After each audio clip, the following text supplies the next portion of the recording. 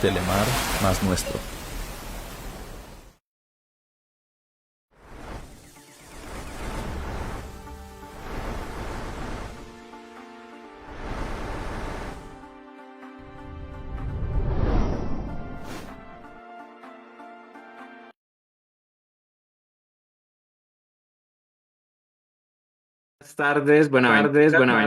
Bendito año.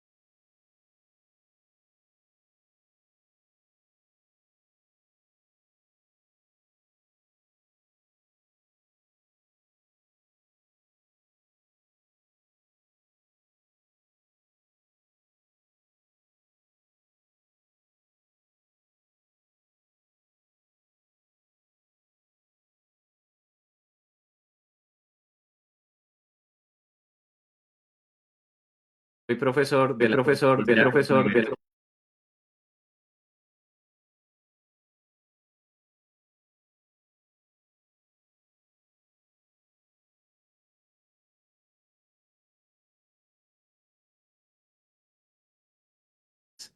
no solo espectacular, sino que es histórica, pero vamos a hablar de ella y con ella a mayor profundidad en un momento.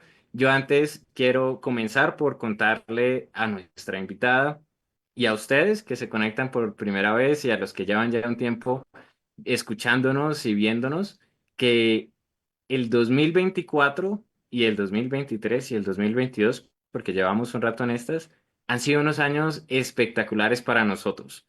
Llevamos más de 110 charlas con profesionales colombianos y colombianas de todas las áreas del conocimiento que comparten esas rutas de cómo cumplieron sus sueños a través de la educación.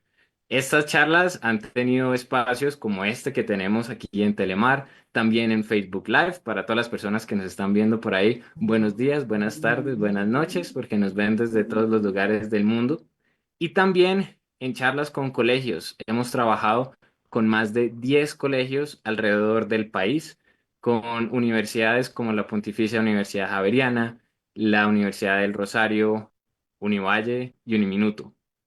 Y en este tiempo hemos logrado alianzas grandísimas como la que hemos manejado a lo largo del 2024 con el Departamento de Estado de los Estados Unidos y ese gran proyecto tan bonito que ha sido Empower Up, con el cual trabajamos con más de 120 estudiantes en colegios en Tumaco, en Buenaventura y en Páez Cauca, y que al final del año los trajimos acá a Bogotá, desde donde estoy yo presentando el día de hoy, a que nos mostraran qué habían hecho para resolver los problemas que ellos mismos identificaron en sus comunidades. Ellos llegaron acá con soluciones que ya se vuelven más bien emprendimientos, lograron vender algunos de sus productos acá en la Javeriana y fue una experiencia que les cambió la vida a ellos un poquito, pero a nosotros nos cambió absolutamente toda la manera de ver el mundo y ha sido una experiencia maravillosa para nosotros.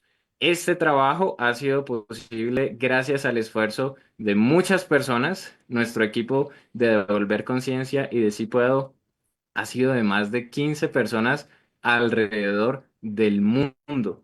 Y eso es lo que nos tiene hoy aquí, muy emocionados, muy felices de volver a estar con ustedes en este espacio en Telemar, en Buenaventura, que el año pasado tuve la dicha de ver por primera vez en persona y espero que este año lo repita y que siga haciéndolo. Y bueno, este año vamos a traer invitados no solo espectaculares, sino históricos, como la invitada que tenemos el día de hoy. Vamos a seguir trabajando con estos colegios que ya veníamos trabajando en el Pacífico colombiano y vamos a ir más allá. Queremos hablar de más oportunidades con los estudiantes, hablar con las universidades y crear este tipo de espacios que también le dan visibilidad a profesionales colombianos y colombianos de todas las áreas del conocimiento para que inspiren a las nuevas generaciones. Hoy me acompaña en la conducción de este programa Carolina, y a Carolina le debemos todo este trabajo de conseguir nuestros invitados tan especiales. Yo voy a dejar que sea ella quien les presente a nuestra invitada del día de hoy. Carolina, adelante. Gracias, Francisco. Gracias a todos y a todas quienes nos están acompañando el día de hoy en Buenaventura y alrededor del mundo. Feliz año nuevo para todos y todas. De verdad que me alegra muchísimo estar aquí acompañándolos nuevamente para presentarles a nuestra invitada del día de hoy. Yo aquí los saludo desde Alabama, en los Estados Unidos, donde soy profesora de Economía y Negocios. Y soy la menos científica del grupo, pero tengo muchísimo cariño por la ciencia y la educación y es por eso que estoy aquí. Y de verdad que, bueno, nuestra invitada sabe muy bien que estaba un poquito ahí intensa detrás de ella para invitarla, así que le agradezco muchísimo que aceptó nuestra invitación el día de hoy. Estamos hoy teniendo como invitada a la doctora Mabel Torres. Ella es la exministra de Ciencia y Tecnología que tuvimos en el año 2020-2021 y lo increíble de eso fue que fue la primera ministra de este ministerio. Este ministerio fue creado cuando ella llegó al gobierno y fue un momento muy especial para la ciencia en Colombia, para la educación, un salto que vemos día a día, que nos está abriendo muchas más puertas a aquellos que nos llama la atención, que nos interesa el mundo del aprendizaje, de llegar más allá de lo que de pronto pensaban que podíamos lograr. Doctora Torres, bienvenida. Muy buenas tardes, Carolina. Gracias a todo el equipo. Gracias por permitir este espacio para compartir experiencias, para compartir ideas y, ¿por qué no, para compartir la emocionalidad que nos mueve para escoger una profesión, un arte, un oficio, una vocación, pero sobre todo para encontrar nuestra misión, que creo que es parte de lo que el ser humano tiene que identificar para vivir en plenitud. Doctora Torres, así es, y eso es realmente, esas palabras son las que nos inspiran sábado tras sábado, día tras día, cuando trabajamos en compartir estas historias tan inspiradoras con nuestros jóvenes, pero no solo con los jóvenes, con sus familias, con los maestros y maestras que nos apoyan en el aula. Este es un programa que está hecho para todos y todas, porque primero que todo, nunca es tarde para estudiar ni aprender, y encima de todo, somos no lo hacemos solos ni solas, somos una comunidad. Por eso me quiero empezar por hacer la siguiente pregunta, doctora Torres, y es, cuéntenos un poquito usted de dónde es, cómo fue esa infancia, dónde empezó la vida de Mabel Torres. Bueno, yo, para los que viven en Colombia, que creo no conocen mucho esta parte del mundo, y bueno, y también para los de afuera, yo soy de un pueblo muy pequeñito que se llama Vallasolano, que está en el Pacífico Norte, que se ha vuelto famoso por muchas cosas, pero sobre todo tenemos ¿cómo se llama? Un punto de partida frente a los temas de ecoturísticos y de ecosistemas naturales, porque aquí tenemos dos reservas de la biosfera. Es el lugar donde las ballenas viajan para traer sus crías a nacer, se van preñadas y regresan para que las crías nazcan. Entonces yo soy de ese lugar del Pacífico colombiano que está muy cerca de Panamá, se llama Vallasolano, y bueno, fue una infancia muy bella porque pues un pueblo muy pequeño en donde uno podría tener conexión con los abuelos, con la gente, en donde realmente se siente ese concepto que no existe en muchas partes del mundo, que es la familia ampliada, en donde inclusive las personas que no son nuestra familia de sangre son nuestros tíos, son nuestros abuelos, o sea, son nuestros familiares. Y yo cada vez que cuento esto me pongo a contar a cuántas personas que no eran familia de sangre mía les decía tío, y era casi a más de medio pueblo. Entonces, yo soy de ese pueblo que se llama Vallasolano, al que adoro con todo mi corazón, porque creo que parte de lo que nosotros somos es una impronta que uno genera de los pueblos o de las ciudades en donde nace, y yo tengo una impronta muy marcada, que es tan evidente que solamente me basta con ver el mar para sentir una felicidad y una sensación inmensa. Entonces, de ahí soy, y ahí viví mi infancia, en una familia grande, mi papá y mi mamá que no fueron a la universidad, no son personas universitarias, pero que somos 8 hermanos y los 8 tuvimos la oportunidad de acceder a la educación a través de un pensamiento muy claro que tenía mi padre y mi madre, era que la educación y formarse era una posibilidad real para poder ascender. La verdad que esto es algo de lo que hablamos recurrentemente en nuestro programa aquí en Buenaventura, porque hemos tenido varias y varias invitadas de la región del Pacífico, de Chocó, de Tumaco, de Buenaventura, etcétera, y viene siempre a relucir el rol tan importante del grupo familiar, que la tía, yo me acuerdo mucho de un episodio que tuvimos, Fran, en que mi tía fue la que me llevó de la mano y me ayudaba a averiguar en la universidad eso cómo era de pedir el formulario que había que hacer. Mi mamá fue la que me levantó la plata para pagar el tío. Entonces, esa labor, por eso este programa es tan importante, porque sea el que llegue, quien nos quiera escuchar, se va a dar cuenta que tiene un rol muy importante en motivar a que Colombia avance en la educación, porque todos y todas tenemos el potencial, la posibilidad y si queremos, podemos lograr todo lo que queremos. Entonces, Francisco, cuéntanos tú qué quieres preguntarle a la doctora Torres. Bueno, yo debo decir que a mí me conecta muchísimo esta historia de ser de un pueblo pequeño. Yo soy de Paez Cauca, un saludo para toda la gente de allá que nos escucha y que nos va a escuchar a través de la radio también. Y bueno, algo que pasa en la infancia es que uno sueña, ¿cierto? Uno se forja ese quién quiero ser, qué quiero lograr. Y esa es mi pregunta para ti. De pequeña, ¿cuáles eran esos sueños que tenías, qué querías ser cuando grande?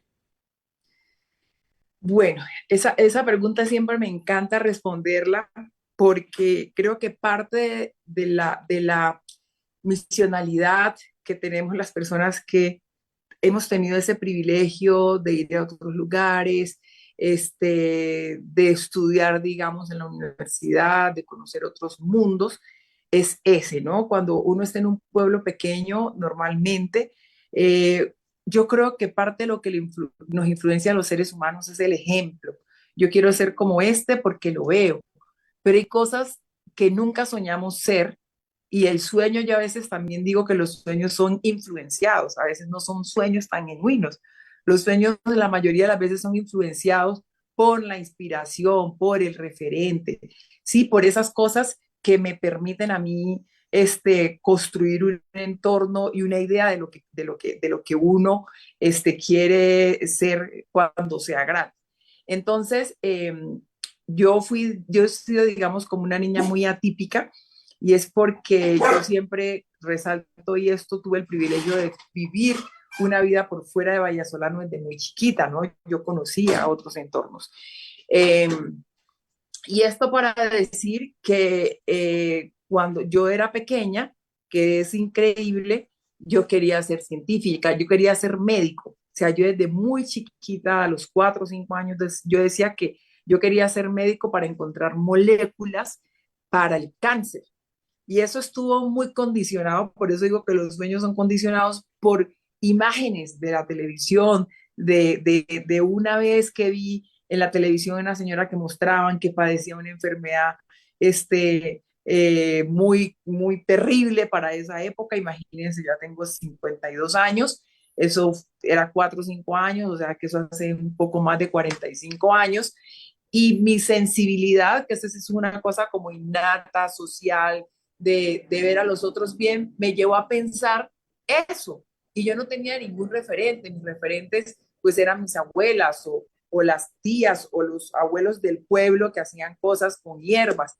Y para mí eso fueron de mis grandes referentes. Entonces yo digo que fue muy atípica porque de chiquita nunca tuve un referente científico, pero yo quería descubrir moléculas para curar el cáncer.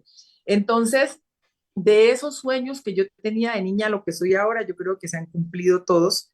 Sí, finalmente fui hacia ese camino que quería construir cuando fuera grande y es lo que hago ahora. O sea, es a lo que me he dedicado, a hacer ciencia y trascender un poquito más allá y es como la ciencia puede aportarle al desarrollo local. Y eso también fue un sueño impreso, sí, es influenciado, porque yo decía, siempre escuchaba, ya cuando fue mucho más grande, que empecé a salir un poco más lejos escuchaba que no, que éramos un territorio muy rico, pero que había mucha pobreza y siempre me hacía la misma pregunta desde muy chiquita, desde los 8 o 9 años, ¿por qué si somos tan ricos, siempre hablan de que no hay riqueza material? No lo hablaba en esos términos cuando era pequeña y yo me quería dedicar a eso. Yo, dije, yo quiero hacer cosas que puedan transformar el territorio y estaba en todos los grupos. Yo entré a grupos que eso también, si algún joven, algún niño nos está escuchando, y también se lo digo a mis hijos siempre,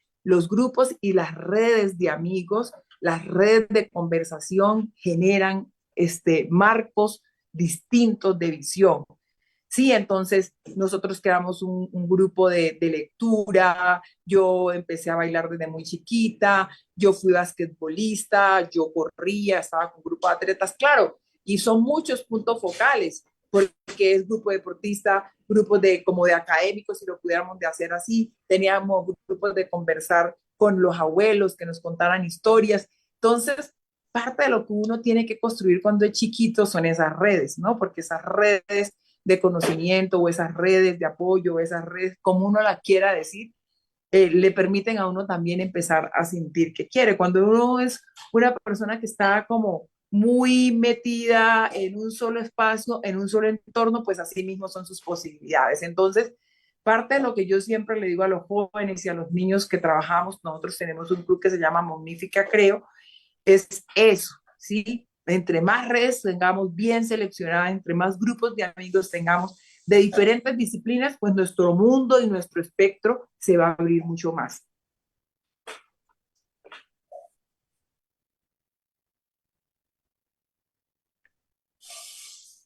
Bueno, no lograba quitarme el mute del micrófono.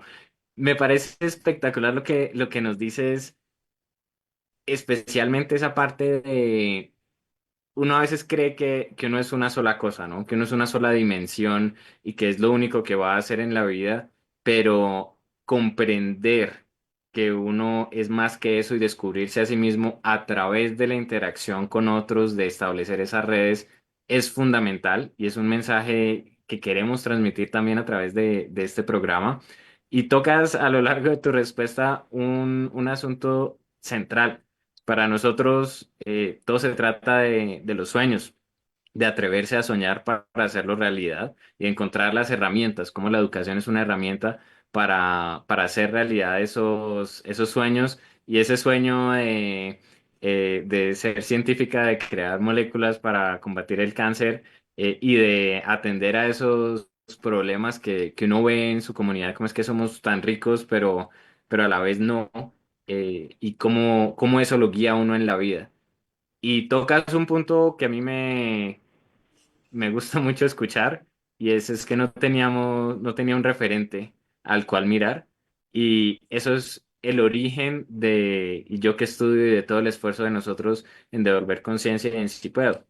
Y es justamente hablar con personas como tú y como nuestros más de 110 invitados que hemos tenido, que son personas con las que nos podemos identificar. Que yo puedo decir, ah, yo también crecí en un pueblito chiquito y yo también puedo llegar allá. Y ese es mi ejemplo a seguir. Entonces te agradezco muchísimo por ejemplificar todo lo que queremos hacer en este programa y con nuestras organizaciones. Y le doy el paso a Carolina con la siguiente pregunta. Claro que sí, a mí me gustaría saber ahora un poco más cómo es que con todo este camino tan interesante, rodeada de familia, un poco con una inspiración aquí y allá, llegó el momento de tener que decir, bueno, yo tengo que estudiar algo o me llama la atención estudiar. ¿Cómo fue esa elección de lo que quería estudiar? ¿Cómo fue esa conexión que empezó ya firmemente con la ciencia? Bueno, para eso les tengo que contar un camino muy largo y esto está conectado más al camino espiritual. O sea, yo sé que hay mucha gente que no cree en esto, pero yo siempre he pensado que cuando uno conecta su misión con el universo, no necesita hacer mucho, solamente necesita hacer las cosas que me permiten ir avanzando en el camino cuando yo tengo esa mente de que yo quiero hacer eso. Entonces, yo fui, digamos, como una niña muy determinada desde muy chiquita. Yo entré a la escuela, al colegio cuando tenía 10 años, era muy pequeña, pero antes de entrar a la escuela, a mí nadie me incitó a que me fuera de mi casa.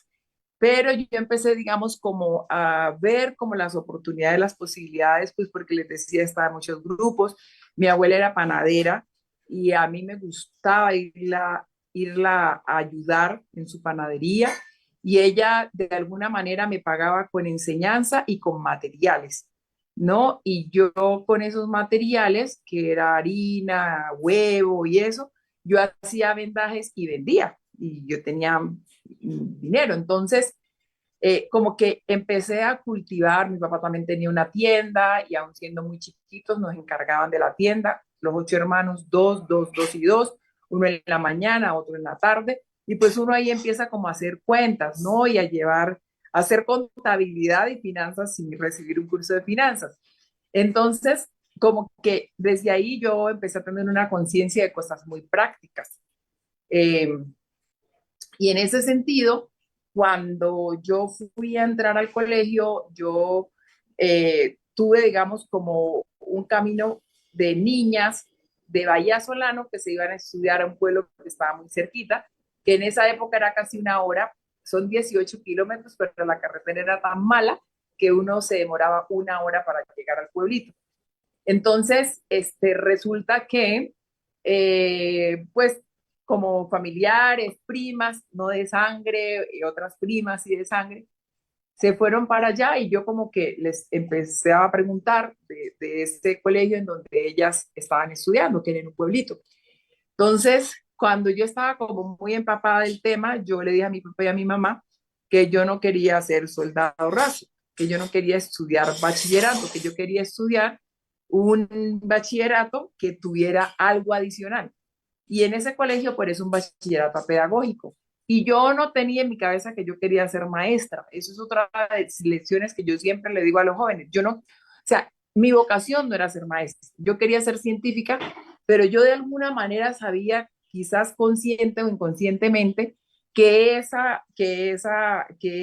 colegio me podría dar herramientas para tener otras cosas más prácticas. Y entonces a los 10 años yo me fui de la casa. Entonces yo estaba toda la semana en el colegio y solamente regresaba los viernes en la noche y regresaba a estudiar los domingos en la tarde. Estaba el fin de semana con mis papás y toda la otra semana estaba. Y ahí hay dos cosas importantes que quiero contar para llegar al camino, digamos, de la ciencia. Y esto es muy chistoso. Lo primero es que mi papá compraba todas las revistas que existían, absolutamente todas. Arandú, Calimán, Memín Pingüín, Yesenia, Águila Solitaria, Mafalda, todas las habidas y por haber. Y yo el sábado llegaba, el viernes llegaba tal, a reunirme con las amigas de la escuela y el sábado toda la mañana a leerme todas las revistas de la semana, que eran como 15 o 20. Y una de las que me llamaba mucho la atención era Calimán. Yo no sé si ustedes alguna vez vieron esa revista, Calimán y Solín, que era un hombre tibetano que tenía un turbante y tenía como unos superpoderes, pero era hombre. Y miren el tema de género, tampoco tenía la conciencia de género.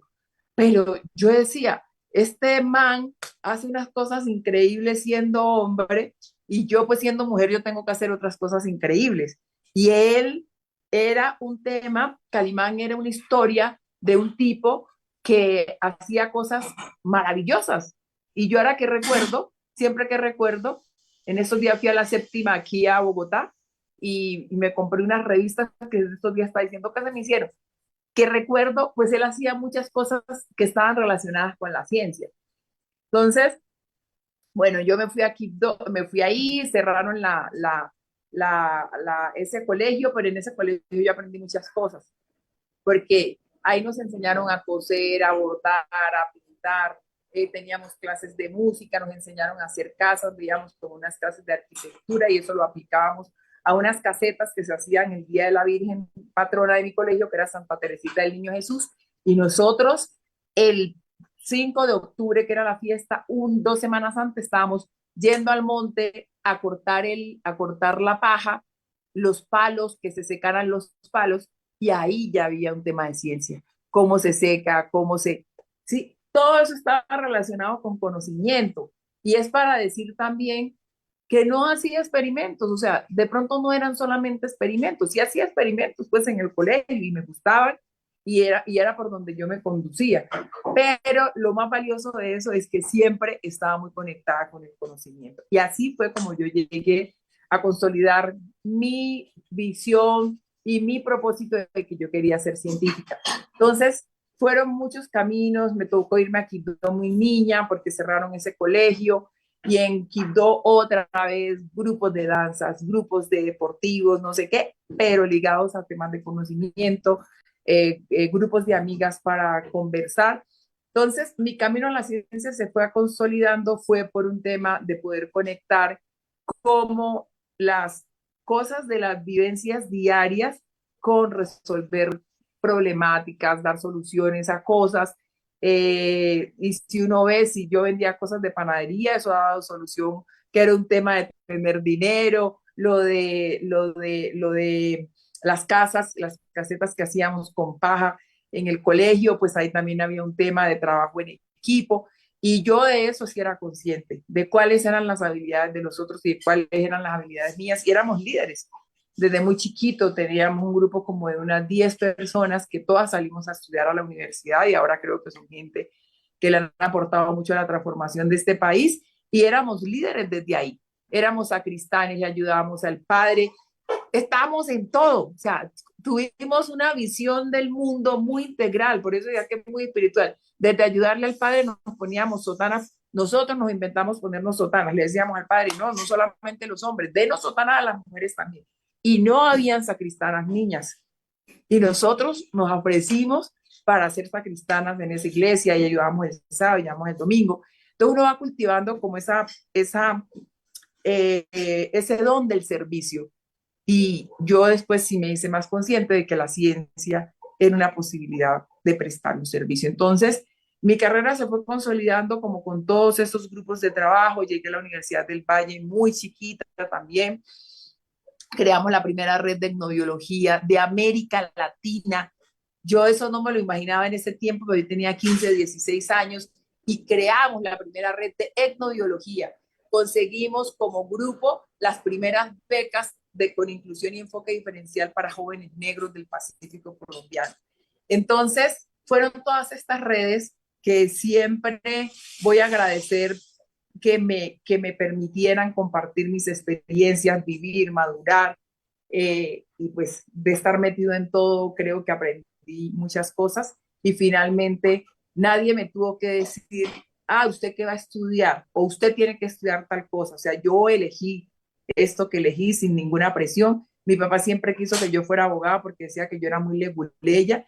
Dice, no, usted tiene vocación, no, qué ciencia, usted tiene vocación para ser abogada. Digo, no, yo no quiero ser abogada, yo quiero ser médico, porque yo en esa época era, yo quiero ser médico, yo no quiero ser abogada. Pero creo que esto es compartir estas ideas con los jóvenes tiene el propósito de que por favor aprovechen su juventud para crear muchas redes. Cuando uno está en muchas redes, no llega tan vacío a ese 11 que es ahora de estar buscando de manera desesperada qué quiere estudiar, sino que todas estas redes de conocimiento le van marcando un camino y quizás es un poco mucho más fácil elegir qué ser, qué hacer más bien, porque uno ya es, ¿no? Qué hacer cuando sea grande. Entonces yo ahora no le pregunto a los jóvenes, que también es un consejo que doy, usted qué quiere ser cuando sea grande. No, uno ya es, más bien es qué quiere hacer, ¿no? Qué quiere hacer ahora y qué quiere hacer cuando sea grande, porque es de ser ya somos desde que nacimos. Yo estoy tan emocionada con esta, tengo tanto que quisiera comentar, pero me voy a tratar de enfocar en un tema particular, y es que hemos hablado, yo hablo mucho aquí en este programa y en los que tenemos en nuestras iniciativas, que la vida en realidad es un experimento.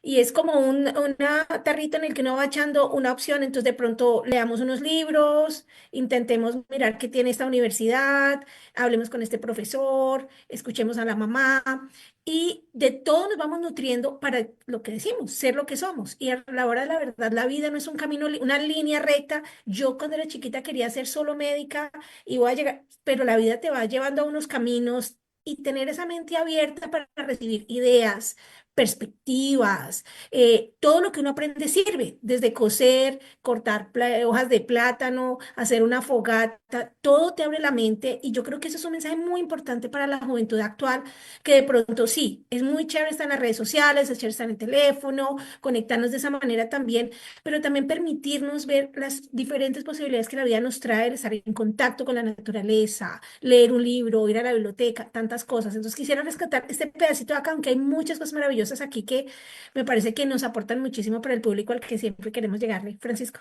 Bueno, aquí estamos conociendo a la primera ministra de Ciencia de Colombia desde una perspectiva muy personal, que ese es el propósito de este programa, ¿no? Es la manera en la que nos podemos conectar y establecer esas redes. Y para eso también vamos a escuchar algunas preguntas que prepararon otros miembros del equipo de Devolver Conciencia. Pero antes, yo quiero que completemos un poquito esa historia de la formación y de la educación de nuestra invitada del día de hoy. Entonces, ya estamos en el punto en el que te encuentras como científica, ¿no? Te das cuenta que hasta para las cosas más cotidianas de la vida empieza uno a vivir la ciencia, a verla, pero tú no paras de estudiar cuando haces el pregrado, ¿cierto? Estableces todas estas redes, creces como líder también, como lideresa. Cuéntanos cómo es ese camino tuyo en la ciencia y ese crecimiento en el liderazgo, conectando esa parte de estar en el pregrado, de comenzar la universidad y llévanos hasta ese doctorado. Bueno, este, yo estudié en la Universidad del Valle, ¿cierto? Ahí también hice mi maestría en microbiología médica. Eh, y parte de lo que yo he querido hacer siempre desde la ciencia es poder aportar a resolver cosas.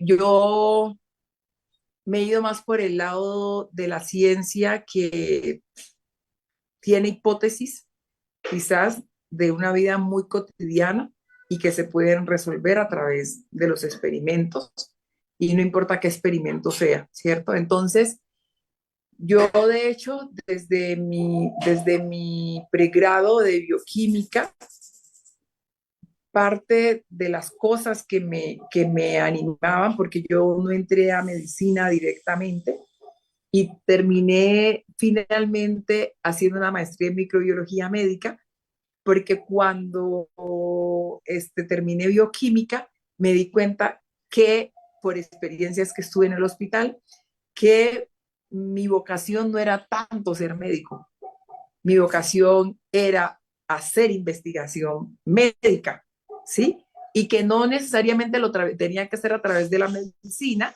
sino que lo podía hacer a través de otras cosas. Y yo tenía como la elección, después de terminar bioquímica, o de seguir medicina, o de otra cosa, y me encontré con esta maravillosa conexión de un pregrado en microbiología médica. Y decidí por ahí. Entonces, en lugar de continuar medicina, eh, me presenté a microbiología médica en la Universidad del Valle también. Y bueno, y ahí terminé de conectar un poco esto de moléculas porque la vida justo me llevó al grupo de cancerología internacional que dirigía el doctor Pelayo Correa. Y en mi grupo de mi maestría de microbiología entró un doctor que se llama Eduardo, al que estimo y amo con todo mi corazón porque me dio todas las posibilidades. Es patólogo, se acaba de retirar el año pasado, es patólogo, pero entró a la maestría de microbiología. Y él estaba coordinando el registro de cáncer gástrico en Colombia y en estos días estaba pensando que eso nunca fue noticia y uno de esas cosas no le para como mucha bola, digamos, del protagonismo, que nunca fue noticia, pero yo, y dirigida por Eduardo, este, aislamos por primera vez el Helicobacter pylori en Colombia. Era la primera vez que en Colombia, nunca hicimos una publicación, mi tesis fue meritoria y nunca hicimos una publicación de ese acontecimiento tan importante para el mundo que fue aislar de biopsias de estómago el Helicobacter pylori para hacer el trabajo que hicimos tan bello que fue epidemiología molecular del cáncer gástrico de poblaciones con alta incidencia en cáncer como Pasto, comparándola con otra población de alta incidencia en cáncer gástrico que es el Valle del Cauca. Entonces, esa fue mi conexión de cómo se fue, digamos, desde el pregrado, conectando con la ciencia. Yo empecé, de hecho, una tesis con un parásito, Paragonimus westermani se llamaba ese parásito, y resulta que estuve casi un año en el tema del aislamiento, estaba trabajando en una de las bocas del San Juan, y el aislamiento fue súper complicado, y en este proceso, pues Luis Eduardo me dice, ¿por qué no hacemos esto? Y pues ustedes saben que el Helicobacter pylori es una de las bacterias que está muy asociada con los tipos de gastritis por el consumo en alimentos contaminados con Helicobacter pylori. Y una de las teorías que había era que la presencia de esa bacteria en la mucosa gástrica podría estar posiblemente asociadas a neoplasias, a metaplasias, con los temas que llevan a cáncer gástrico. Y efectivamente encontramos que habían cepas mucho más virulentas en pacientes que habían desarrollado cáncer. Y así empezó mi camino. Pues yo era súper ñoña, la verdad, o sea, era mujer 100% de laboratorio. Y entonces, mira, ahí ya fue mi primera conexión con cosas de cáncer que tenía que hacer. Fue una experiencia muy bella trabajar en el Hospital Universitario del Valle, estar ahí horas esperando tomarles las muestras a los pacientes, conectarme, que no todo el mundo lo hace, de su tesis, conectarme con la vida real de esos pacientes, ver, digamos, también muchas veces el sufrimiento de pacientes que tenían este tipo de patologías y entender un poquito más cuál era mi labor como estudiante de maestría y en qué iba a ayudar a que yo pudiera hacer el aislamiento del Helicobacter pylori y pudiera determinar esto. Entonces me fui sumergiendo en el tema de la ciencia y la investigación. Como les digo, pues para mí fue muy satisfactoria que mi tesis fuera meritoria. Era el primer aislamiento y la tesis fue bellísima y vuelvo y digo, qué lástima que nunca publicamos los resultados de esa tesis, no escribimos un artículo científico y creo que de ahí ya me venía como peleando un poquito con que a veces nos centramos mucho en los papers y no entendemos que estamos realmente aportando a solucionar y a veces el ego nos lleva allá, ¿no? Pero también hay que reconocer que si no publicamos, pues la gente no conoce los resultados de estas investigaciones y finalmente también hay mucho conocimiento que se queda sin entender, sin conocer. Entonces ya después de eso estuve trabajando y a todo lo que llegaba era conciencia, me vine a trabajar a la Universidad Tecnológica del Pereira, a dictar microbiología a médicos, que muchos de ellos tenían mucho más edad que yo. Era muy chistoso, yo era así súper flaquita, muy jovencita, dictándole clase a los estudiantes de medicina y me volví a conectar con la medicina y con la salud. Entonces miren que mi misión desde chiquita, que era ser médico, estuvo conectada siempre. Y bueno, di un viraje, perdón, muy importante y fue cuando encontré que los hongos podían tener algún tipo de aplicación para tratamiento de cáncer. Y ahí cambié completamente el sentido de mi investigación. Me hubiera querido de verdad quedar en el Helicobacter pylori, pero yo estaba más a las moléculas. Y tuve esa oportunidad de una conexión con un profesor de China, el doctor Chang, que nos dio un curso y a mí se me alumbraron los ojitos cuando él empezó a hablar de moléculas, de triterpenos, de betaglucanos, de no sé qué. O sea, era un montón de información que yo no había procesado bien cuando estudié bioquímica porque no lo tenía relacionado con este tipo de fenómenos. Y a mí se me empezaron a alumbrar y dije, no, yo me quiero meter por ahí y cambié de un viraje tremendo del helicobacter, del agua, de las bacterias sin agua, a poder cultivar hongos y trabajar los temas de biomoléculas. Y luego me he dedicado a eso. Pero también les quiero contar que pues mi doctorado fue eso, yo trabajé con bioprospección de ganoderma en mi postdoc, hice 2 postdoc, uno de un año que lo hice entre Europa, Estados Unidos y en México, y luego me hice otro postdoctorado que hice en España en la Universidad de Córdoba sobre bioprospección de moléculas para curar cáncer con posibilidades y potenciales. Y fue muy bonito, estudié como unas 400 moléculas que también tengo sin publicar por esas, ¿cómo se llaman? Como por esos cimbronazos que me dio la vida, decir que yo sé que no estuvo del todo bien, pero la vida me dijo, no, tienes que empezar a aplicar también todas estas cosas que haces. Y un momento en el que renuncié a publicar artículos, de hecho tengo como 20, 30 artículos represados de mi tesis. Yo publiqué 8 artículos de mi tesis de maestría, que también fue así, mi tesis fue laureada, porque fue un montón de trabajo. Yo hice 3 tesis en una de morfología, una de química y una de biología molecular. Fueron 3 tesis en una. Y entonces mi tesis fue laureada, pero fue mucho trabajo, tengo mucha información. Imagínense, después de 10 años tengo información sin publicar que todavía sigue siendo vigente. O sea, que empiezo a hacer revisión de literatura y digo, no, esto está actual, porque de hecho yo encontré un método, no lo descubrí, pero sí descubrí una técnica en el que podría incrementar casi en 1 millón de veces la expresión de los metabolitos secundarios en un espécimen de ganoderma.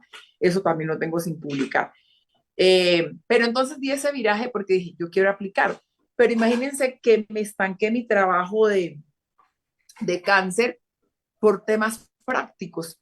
Y yo de verdad quería hacer, que yo tenía una ilusión cuando uno es científico, pues no está en este mundo del emprendimiento ni el empresarismo. Y yo creía que yo hacía así, digo, tengo esta molécula y todo el mundo se iba a abrir y me iba a decir, vea, aquí está 5 millones de dólares para que usted trabaje, porque yo decía, yo me monto ya una empresa con esto y cultivo ganoderma y a la gente le enseño a cultivar y que la gente lo seque, lo deshidrate y luego lo muela y me lo venda a mí molido y yo hago el proceso de extracción y estas moléculas se van a...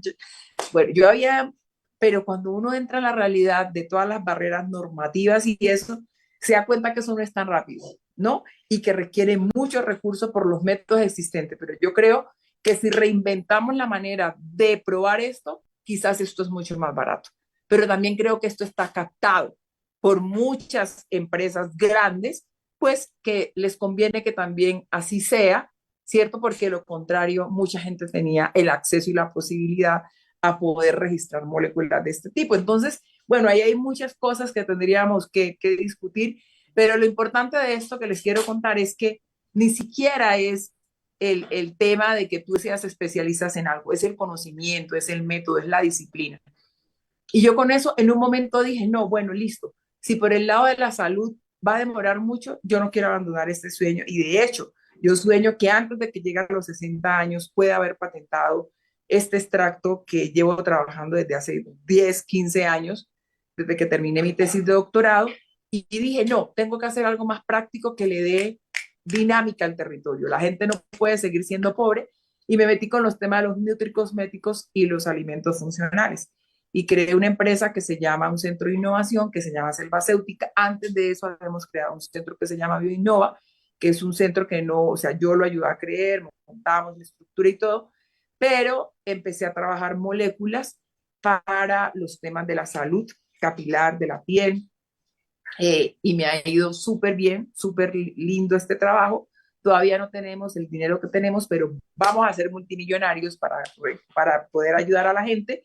Y ese es el tema con Selvacéutica, que hacemos investigación y desarrollo a partir del conocimiento ancestral, conectamos al territorio, conectamos todo este conocimiento tradicional que existe y hemos logrado así desarrollar 21 productos. Entonces, mi investigación ahora ha estado muy ligado al encontrar compuestos bioactivos que ayuden a la salud capilar y a la salud de la piel. Y así es como terminé siendo una científica que se metió en los temas de emprendimiento.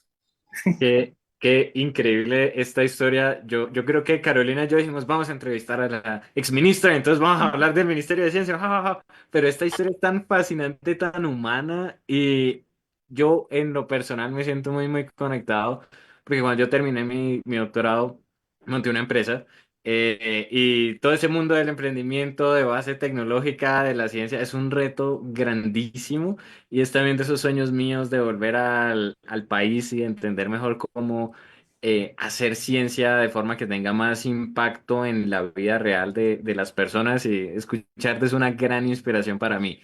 Vamos a escuchar porque se nos va acabando acá el tiempo y tenemos un montón de preguntas, pero tenemos una pregunta de Angélica, ella es miembro del equipo de Volver Conciencia. Vamos con la pregunta.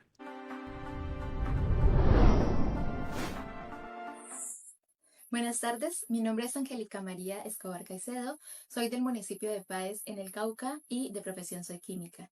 En esta oportunidad me gustaría preguntarle a la exministra, desde su experiencia, cómo incentivar en los niños, niñas y adolescentes de zonas rurales de Colombia el interés por áreas de la ciencia y la tecnología y al mismo tiempo cómo hacer para incentivar la unión entre la ciencia moderna y las costumbres y conocimientos ancestrales que en estas comunidades ya poseen.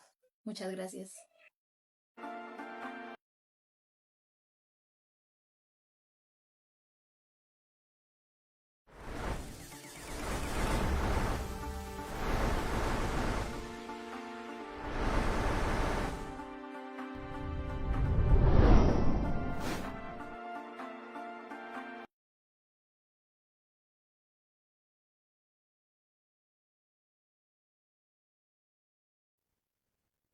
Escuchamos esta pregunta de Angélica. Angélica es de la casa, del equipo de Volver Conciencia. Un saludo a Angélica que está en Argentina.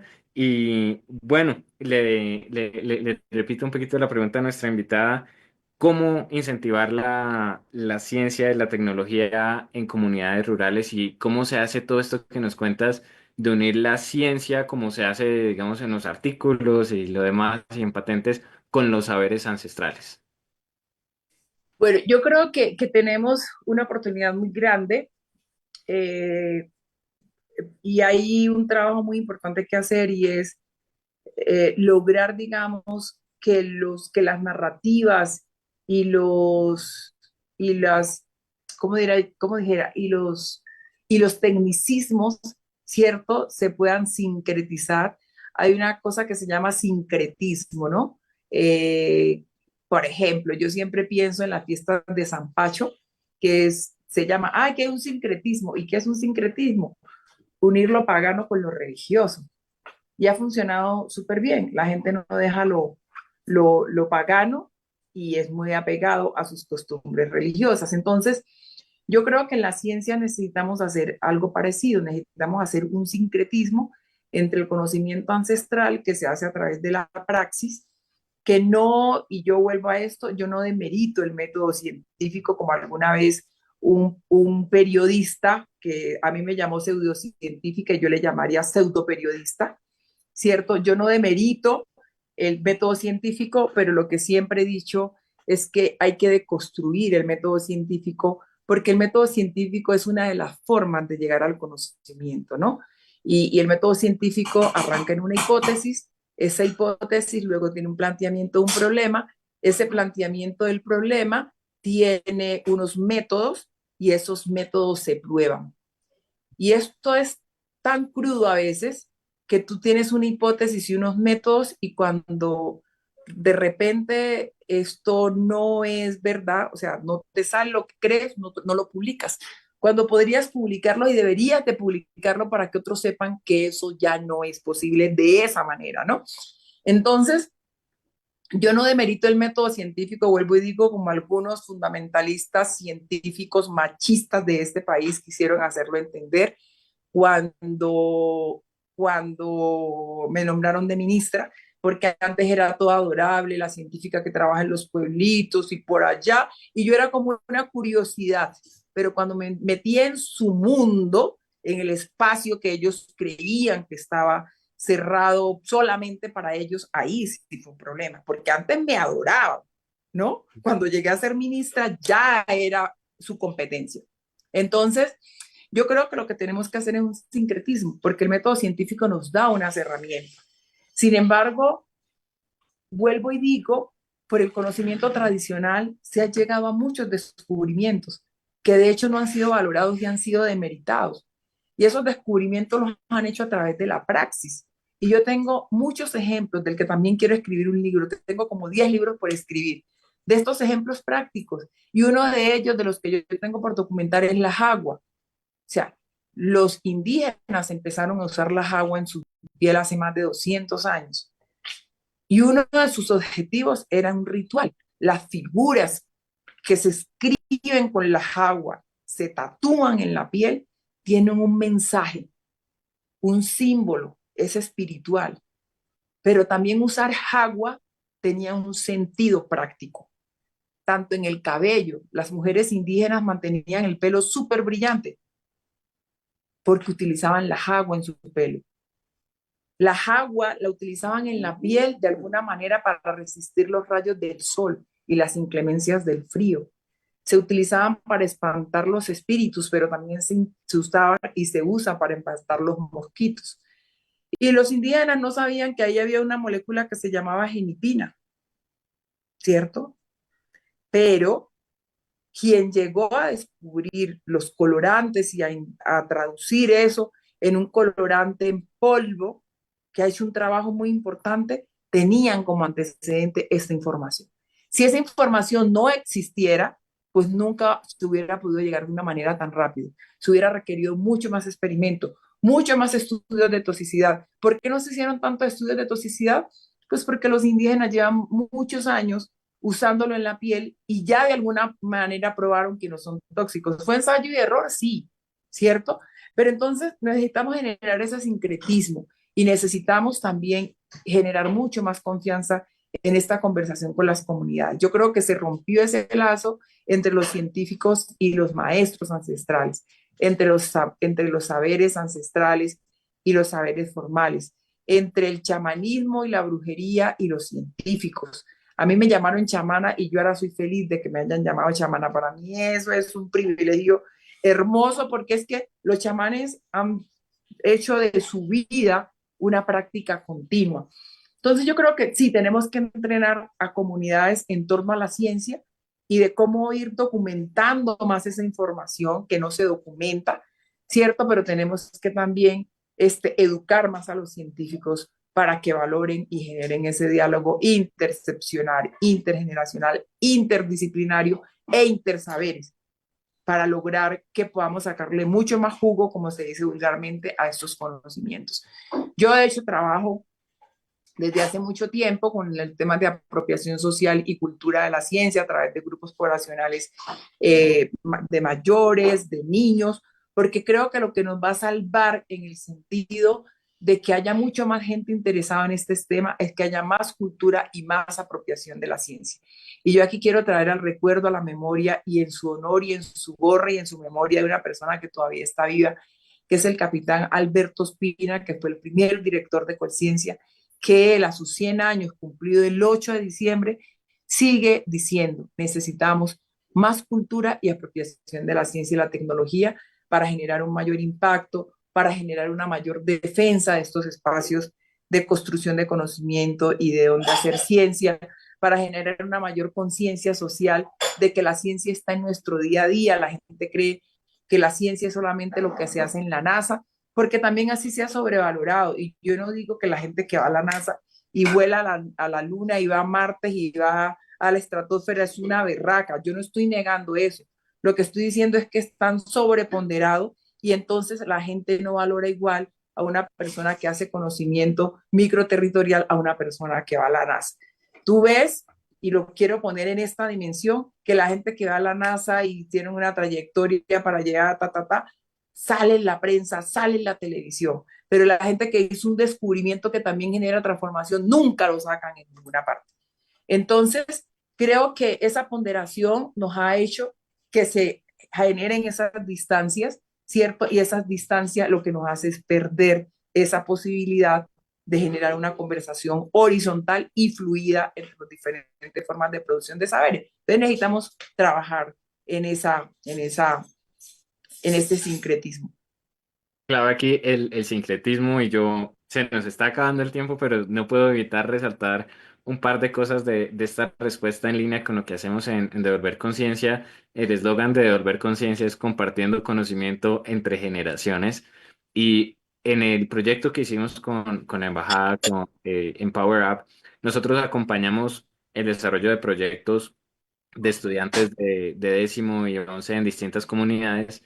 Y en particular están los estudiantes de La Palma, una vereda, un resguardo indígena en Páez Cauca, de donde soy yo. Y el proyecto de ellos era de valorización, o más bien de crear productos de valor agregado a partir de plantas ancestrales. Y una parte de la metodología de ellos era hablar con los mayores de su comunidad. Y siento que eso va muy en línea de lo que te acabamos de escuchar aquí. Y es una gran motivación ver que alguien con tu trayectoria nos está diciendo, este es el camino de la ciencia en el país, de construir esas relaciones. Eh, yo quiero darnos el espacio, de pronto te vamos a robar unos minutitos más, de un par de preguntas más que tenemos, comenzando con la pregunta de Ana Toro, que también es del equipo de Volver Conciencia, es de hecho la nueva directora de nuestro equipo de trabajo. Vamos con la pregunta.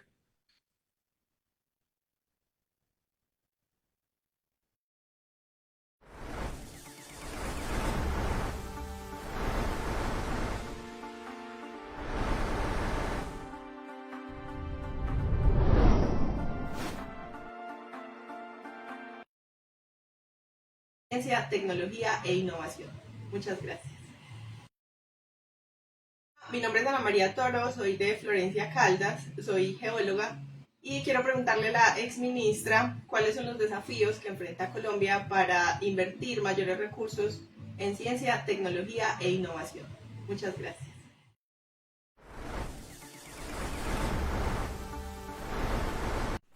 Hola, soy Laura, los saludo desde Gotemburgo, Suecia. Me gustaría preguntarle a la exministra Mabel Torres, como mujer, ¿cuáles han sido los diferentes obstáculos que ha encontrado a lo largo de su carrera? Chao.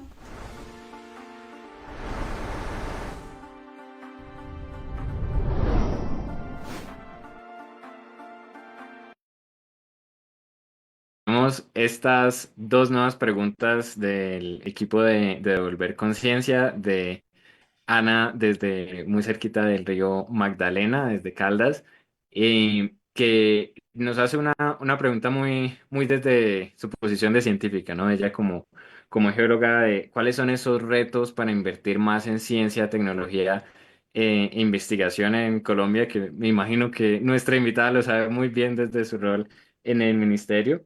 Y al lado de eso, de lo que escuchábamos en tu respuesta anterior, ¿cuáles han sido los retos que has enfrentado como mujer en tu carrera y sobre todo accediendo a estos espacios que nos se han convencido de que son dominados por hombres y por hombres blancos y que no caben personas como tú ahí, pero tú estás ocupando esos espacios y creando espacios para muchas más personas?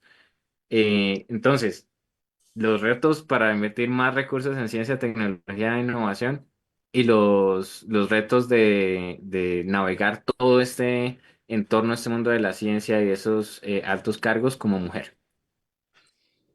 Bueno, empiezo por la última pregunta frente a los retos. Yo creo que uno de los retos más grandes que he tenido en mi vida como mujer científica es el tema de desmitificar los imaginarios, ¿no?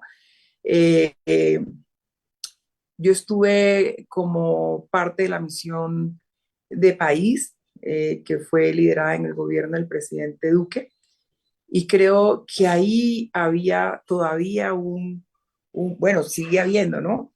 Este, una concepción de que no hay como esa conciencia de género.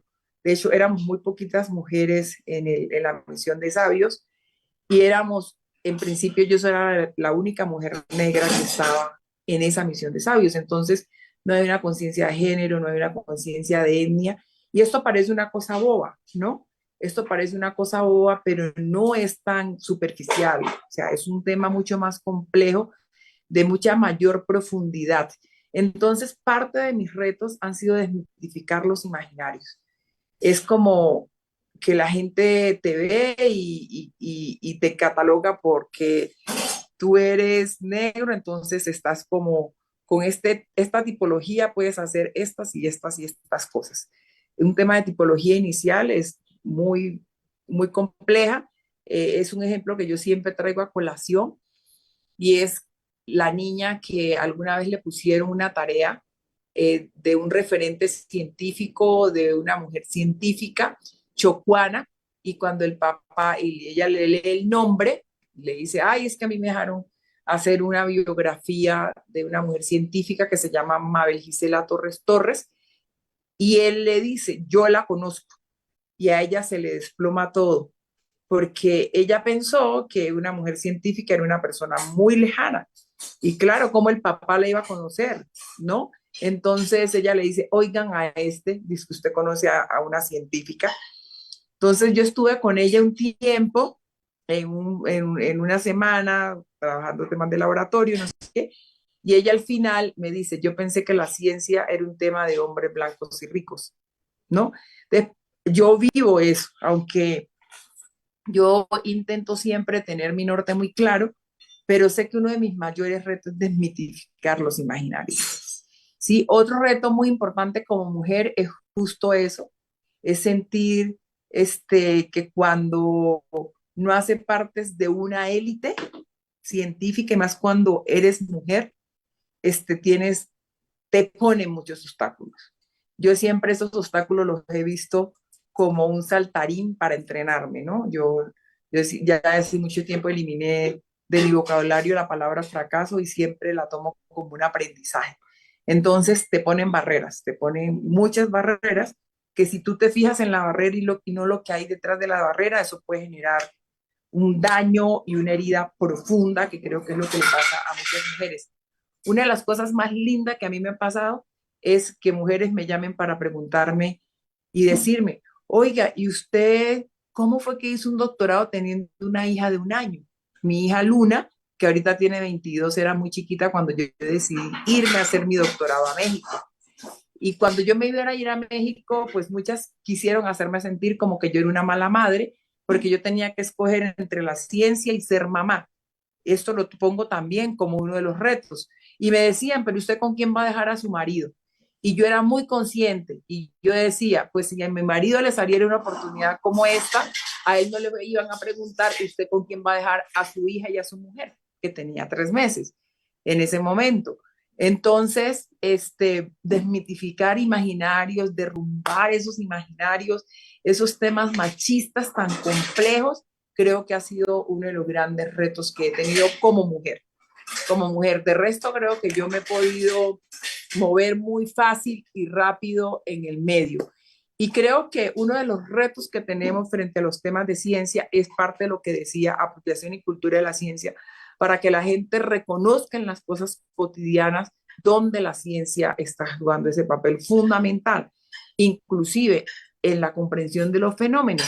Llevamos muchos años en esa discusión entre ciencia básica y ciencia aplicada, y yo creo que esa discusión no debería existir, porque la ciencia básica aplica, o sea, con la ciencia básica entendemos los fenómenos, con la ciencia aplicada generamos recursos, dineros, soluciones, etcétera.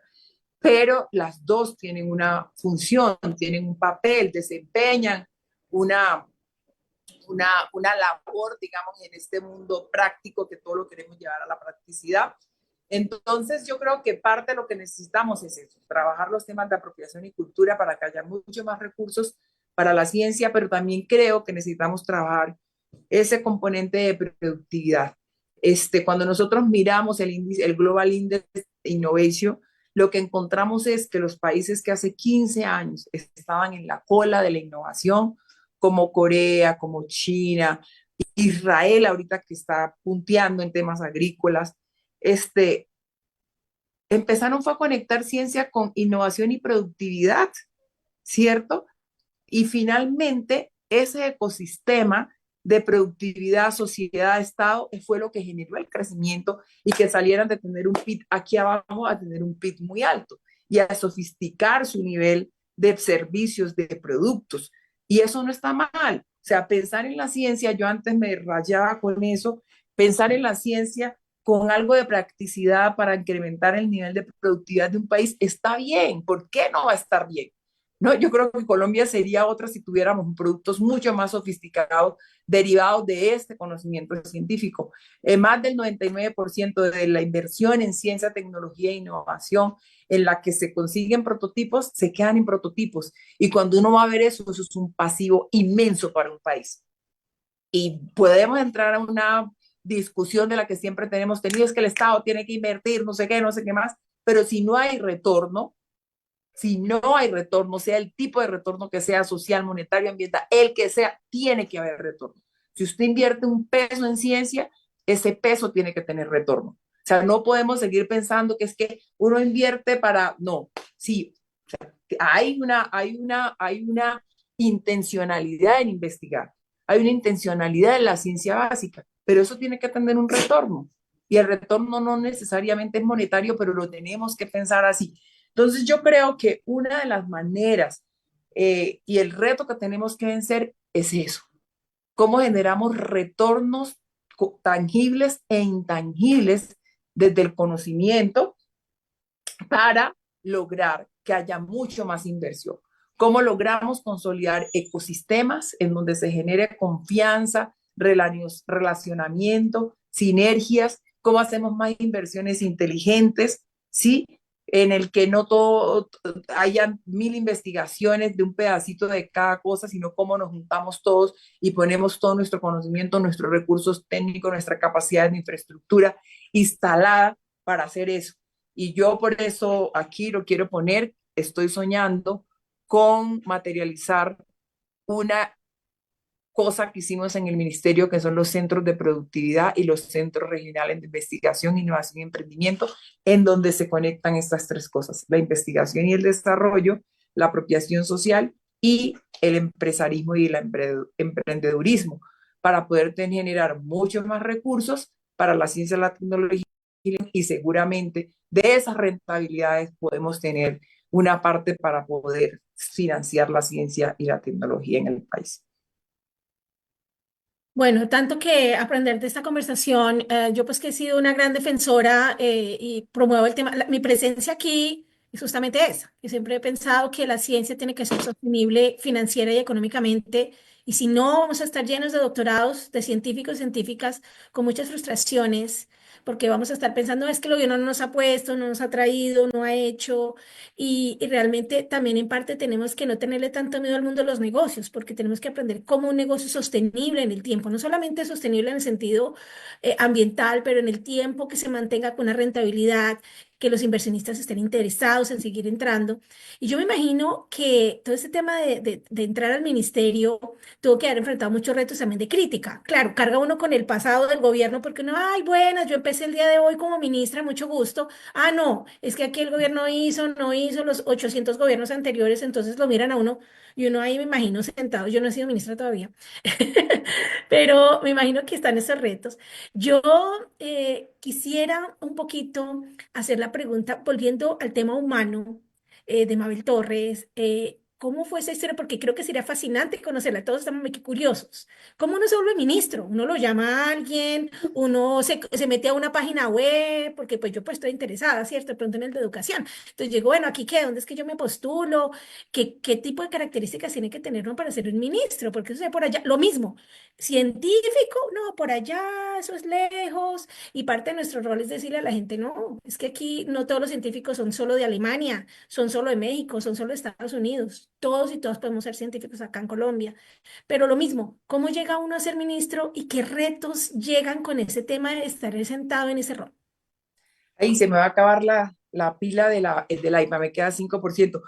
Pero mire, ahorita me estaba mandando una amiga una fotografía y justo un día como hoy me posesioné de ministra, 11 de enero del 2020. Con esta entrevista estamos celebrando, recordando esa posesión que fue tan bella Me está diciendo mi amiga, un día como hoy, yo, wow, ya la puse en mi estado, la acabo de poner en mi estado. Eh, entonces, eh, este, esa es una historia, la voy a resumir. Yo estaba en la misión de sabios y el día de la clausura, 5 de diciembre de la misión de sabios, el presidente me dice, cuando yo salga, usted sale conmigo. Me pregunta, ¿usted quién es? Yo en 4 minutos le dije, yo soy esto y esto y esto. El 19 de diciembre me llama y me dice, yo necesito hablar con usted. Luego me llama alguien y me dice, el presidente la quiere ver. Y el presidente me ofrece y me dice, yo quiero que usted sea la primera ministra de Ciencia, Tecnología e Innovación de este país. Y yo le digo, pues déjeme pensarlo. Y el presidente me dice, ¿qué va a pensar? Yo le digo, pues es que esta es una decisión. Y ya no volvimos a hablar. Y me llaman el día anterior de la oficina de presidencia para decirme, la necesitamos mañana, 30 de diciembre, para anunciar que usted va a ser la primera ministra. Pues eso era tan increíble porque yo quiero resaltar con esto lo que les decía. Ay, que no se nos vaya a pagar la tabla, apenas tengo 5%. Lo que les Doctora Torres, decía, pero si quiere se yo, puede yo, reconectar con su teléfono horizontal, que aquí la yo, esperamos, tranquila. yo quizás nunca había puesto en mis sueños ser ministra, pero yo sí había puesto en mis sueños esta idea de que la ciencia, la tecnología y la innovación es un instrumento importante para transformar país, para transformar sociedad. Y el universo me puso ahí, en un sitio en donde podía hacer políticas públicas, en donde podría tomar decisiones importantes para este país, ¿cierto? En donde podía, de una manera a una mayor escala, generar acciones que transformaran. Y no necesariamente, o sea, yo no le he pedido al mundo ser, al universo ser esto, no. Yo soy un instrumento, yo hago mandado, yo hago caso al universo y lo que estoy haciendo es mi tarea. Y por eso fui ministra de Ciencia, Tecnología e Innovación. Bueno, esta historia está maravillosa porque también muestra a la gente que, bueno, primero un tema muy interesante es uno tener mucha confianza en uno mismo. Describirse en 4 minutos, eso requiere, bueno, yo me conozco, sé quién soy, dónde estoy y poder contar esa historia a alguien. Y también cada momento en donde estamos interactuando con gente, la gente nos está evaluando, nos está mirando. Muchas veces pensamos, yo mando ese email ahí como salga, yo digo cualquier chiste en cualquier conversación, pero realmente yo siempre digo a la gente, el marketing está en todos los lados y uno tiene que mercadearse, pero a veces no lo hace de manera pensada, ¿no es cierto? La gente lo está observando. Yo creo que ese es un tema muy interesante porque esa autenticidad de la que vemos aquí a la doctora Mabel Torres, ella es como es, ella habla lo que dice, ella es como, o sea, aquí uno se siente que está en una persona totalmente auténtica, ella misma, contenta con quien es, con sus sueños, entonces yo creo que eso le llega a la gente y por eso les llamó el presidente de la República. Entonces acuérdense muy bien, donde quieran que estén, siempre den lo mejor de ustedes porque alguien los va a estar observando y muchas puertas se pueden abrir. Francisco. Bueno, yo debo decir que yo estoy supremamente emocionado de esta conversación. Yo estoy tomando nota acá de cómo conseguir más financiación para la ciencia y el emprendimiento y pues, ¿por qué no también de cómo conseguir un ministerio? Eh, Hay una pregunta que nosotros hacemos a todos nuestros invitados al final de la entrevista y creo que es el momento de hacértela antes de que se te acabe la batería del iPad. Por cierto, mi línea de investigación son baterías. Hablando de hacerse marketing a uno mismo, ¿no? Eh, y esa pregunta de rigor es, bueno, ya hemos escuchado toda esta historia tuya que nos falta mucho más por escuchar sin duda. Y ya vemos cómo has cumplido todos esos sueños. ¿Qué te hubiera gustado escuchar a ti cuando estabas terminando el colegio?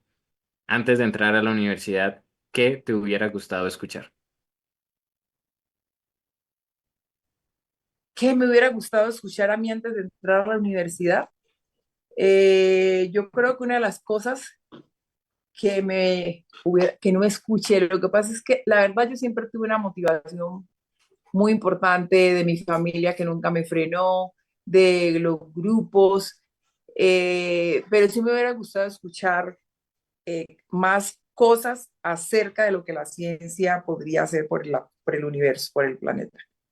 Sí, o sea, como llegar más, aunque yo era súper exploradora, pero llegar con más conocimiento a la universidad sobre eso que yo quería hacer. Pero claro, pues uno en los pueblos tiene muchas limitaciones en relación con la información.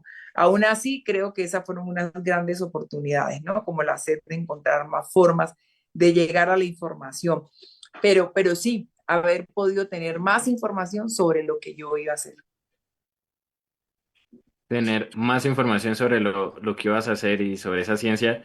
Y bueno, esperemos que la siguiente Mabel Torres, o las y los siguientes futuros ministros de ciencia que nos estén escuchando con este programa estén recibiendo un poco más de esa información, de ese conocimiento que les va a servir para llegar tan lejos como tú o todavía más lejos. Yo debo confesarte que estoy supremamente inspirado con esta conversación. Y bueno, nosotros hemos escuchado probablemente a más de 100 invitados con historias y es increíble poder ver ese lado humano, ¿no? Que esa es línea común de todas estas personas que hemos entrevistado, desde las ciencias, las artes, la economía, desde todos los campos del conocimiento está este lado humano que nos permite soñar y ese trabajo y esos retos para hacer esos sueños realidad. Yo creo que no vamos a extendernos muchísimo más tiempo aquí. Yo quiero darle un espacio a Carolina para que nos dé unas palabras también de cierre, porque Carolina es gracias a ella y a la insistencia, la intensidad, la perseverancia de esta mujer que estamos aquí el día de hoy con esta invitada tan espectacular. Carolina, adelante. Claro que sí, doctora Torres, gracias por aceptar nuestra invitación. Yo estoy muy contenta de haber traído realmente, al haberla leído su historia hace muchos años, pues no hace muchos, hace poquitos, pero ver que cuando llegó al ministerio me vibró el corazón. Me dejó saber que todo es posible, que no tenemos que ser de una forma u otra, ni venir de un campo científico u otro, y me permitió también darme la confianza de decir, bueno, yo también puedo entrar a aportarle esto de alguna manera, aunque yo no sea científica. Y creo que si me inspiró a mí, hay muchos más que están inspirados el día de hoy. Así que le quiero dar las gracias y decirle que estas puertas aquí están siempre abiertas para que vuelva y nos cuente y nos inspire. La dejo cerrar y despedirse porque sé que tiene que irse a atender otro evento. Bueno, no, muchísimas gracias. Yo repito, empiezo con como cierro como empecé, y es que muchas gracias por permitirme compartir experiencias, por permitirme compartir ideas. Eh, yo hace muchos años me convencí eh, desde una frase que escuché desde muy niña, que quien tiene la información tiene el poder y la gente se guardaba la información. Yo ahora creo lo contrario, creo que quien comparte la información tiene el poder porque le permita retroalimentarla y a partir de ahí construir y a generar nuevas propuestas.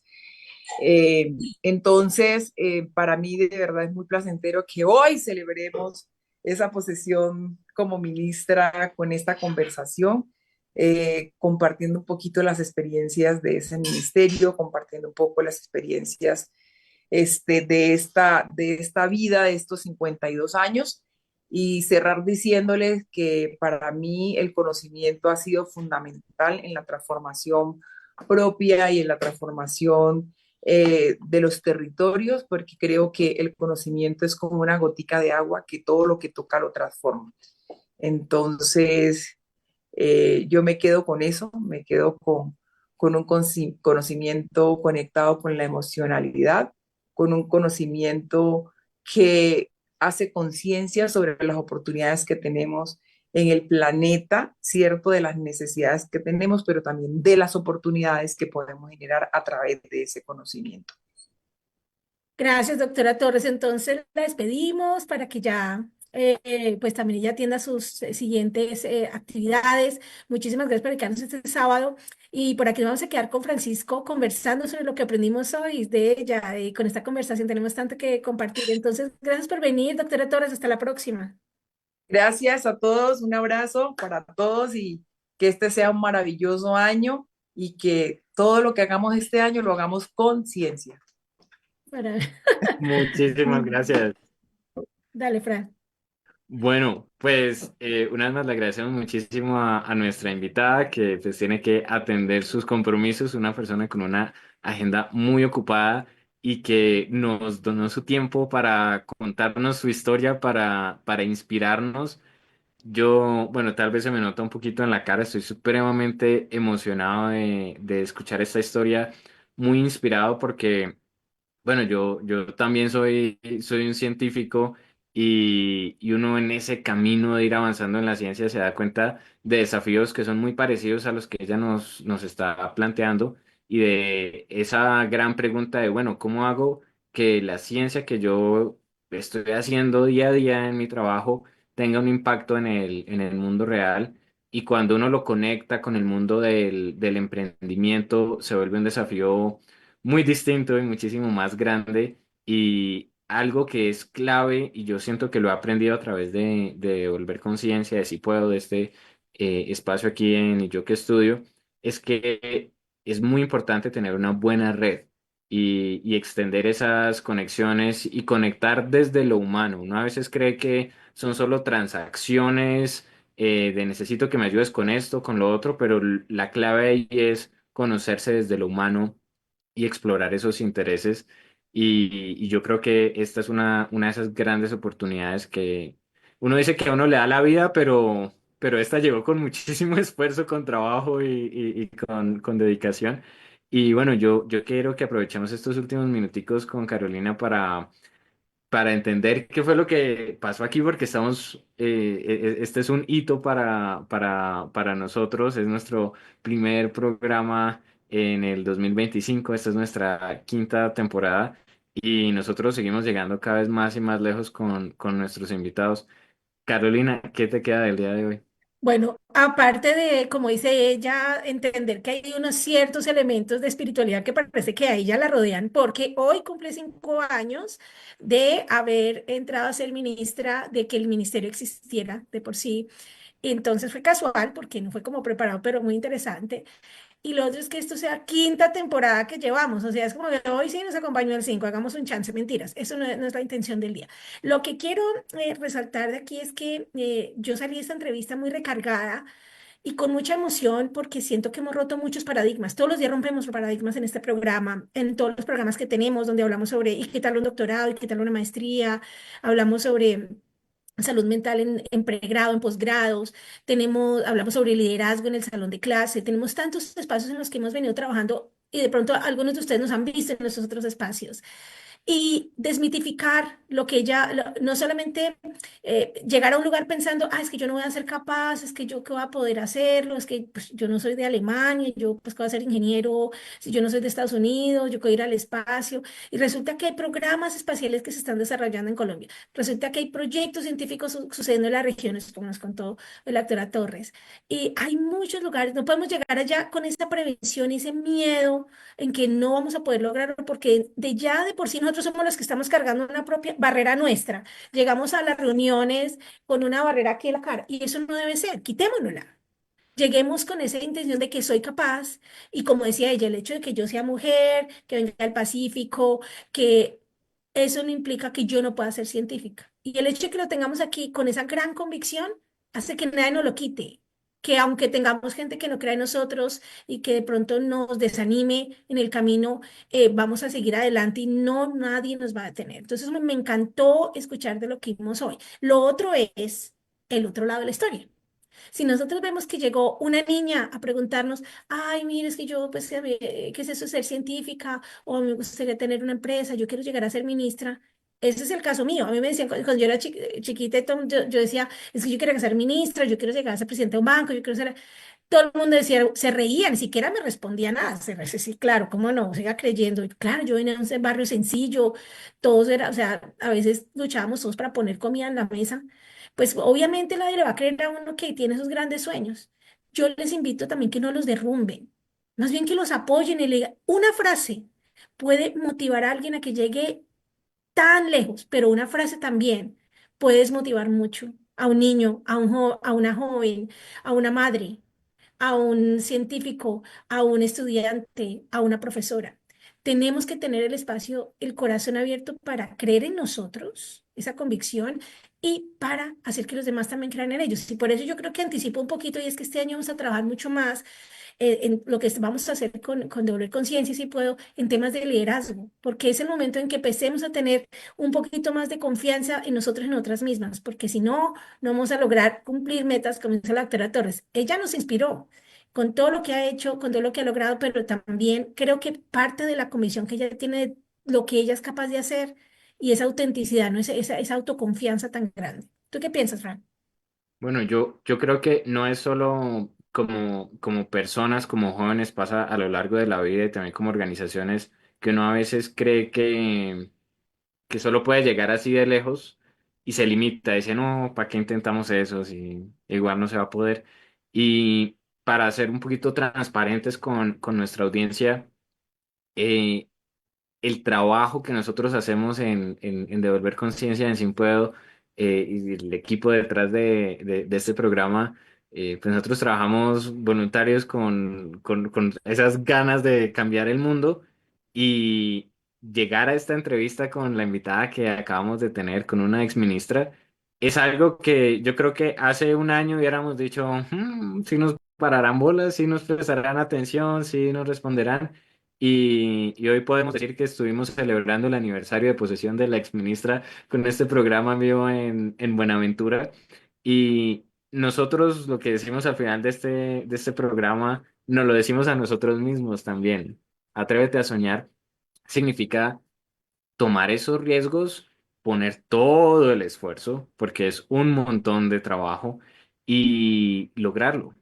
Y bueno, si no lo logras, vas a ir descubriendo otros sueños y otras cosas que te van a satisfacer. Por ejemplo, Mabel nos contaba que ella quería ser médica y no estudió medicina, pero todo ese trabajo le permitió cumplir sus sueños desde lo que de verdad quería. Y como ella nos contaba, muchas veces los sueños son un poquito impuestos, ¿no? Es como lo que veo en mi entorno es lo que me permite soñar.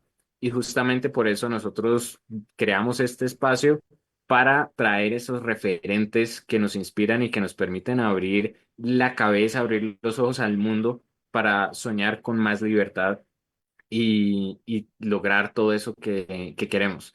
Antes de despedirnos el día de hoy, yo quiero darle el espacio a Carolina para que nos cuente un poco qué es lo que va a pasar en este 2025 en Sí Puedo y en Devolver Conciencia, que les cuento que nosotros estamos hablando, lo estamos planeando, estamos trabajando, pero hay unas cosas que ya les podemos adelantar. Carolina, adelante. Gracias, Fran. Por ejemplo, entre los temas que vamos a empezar a evaluar mucho más, va a ser ahondar un poquito más en ese proceso de cómo es que se llega a conseguir una beca o aplicar a una universidad para un pregrado, una maestría, un doctorado. Vamos a traer más invitados e invitadas que nos cuenten un poquito más de esos procesos para que resolvamos dudas ya mucho más prácticas, ¿no? Para poder lograr cumplir estos sueños. También, sin lugar a duda, no dejaremos de lado tener invitados e invitadas que nos inspiren con esas historias maravillosas de cómo lograron cumplir sueños gracias a la educación, pero no queremos que las cosas siempre queden en el aire, ¿no? Queremos ser muy particulares también en que ustedes resuelvan esas inquietudes de cuáles son esos temores que tienen para aplicar, cuáles son esas dudas que les genera intentar aplicar a una beca, a una universidad. Es más, de pronto vamos a abrir espacios más adelante para que nos manden esas preguntas antes de nuestro programa y tengamos esos elementos frescos por parte de ustedes para que le preguntemos a gente en las universidades que son los que trabajan en admisiones, personas que administran becas para colombianos y colombianas en Colombia y en el exterior. Entonces, creo que vamos a tener un muy interesante espacio este año donde vamos a tener personas como que nos traigan este tipo de información o la compartan. Y también, como les mencioné hace un rato, queremos traer un poquito el tema del liderazgo, ahondar y traer de pronto muchas más como cápsulas de conocimiento de qué elementos podemos ir teniendo en cuenta para mejorar y fortalecer nuestras capacidades de liderazgo. Porque les tengo un chisme anticipado y es que todos y todas podemos ser líderes. ¿Cómo? ¿Uno no nace siendo líder? No. Uno, sí, hay gente que sale con un talento natural maravilloso, pero yo no era, ¿ok? Pero me volví un poco líder, en el camino aprendí y me gustaría compartir con ustedes parte de mi conocimiento y no solo mío, sino de todos los líderes y lideresas con los que estamos trabajando en estos proyectos de Devolver Conciencia y Poder. Entonces, eso es algo en lo que quiero anticiparles, en lo que vamos a tener un poco más trayéndoles en este año. Bueno, Carolina, y además de eso, vamos a trabajar un montón más con colegios y con universidades. Yo adoro hacer este programa, pero ustedes no se imaginan la dicha que yo mantengo en la cara cuando tengo un grupo de estudiantes al frente y la dicha que fue trabajar con Empower Up. Pero bueno, se nos acaba el tiempo el día de hoy. Yo quiero agradecerle una vez más enormemente a Carolina, a nuestra invitada, a nuestra audiencia, al equipo de Devolver Conciencia, de Si Puedo, y al equipo de Telemar, a Rubén que está ahí detrás de las cámaras haciendo este programa posible, y al señor Ferrer por abrirnos este espacio aquí en Telemar. Muchísimas gracias a todos ustedes y nos vemos a la próxima. Atrévete a soñar. Chao, chao.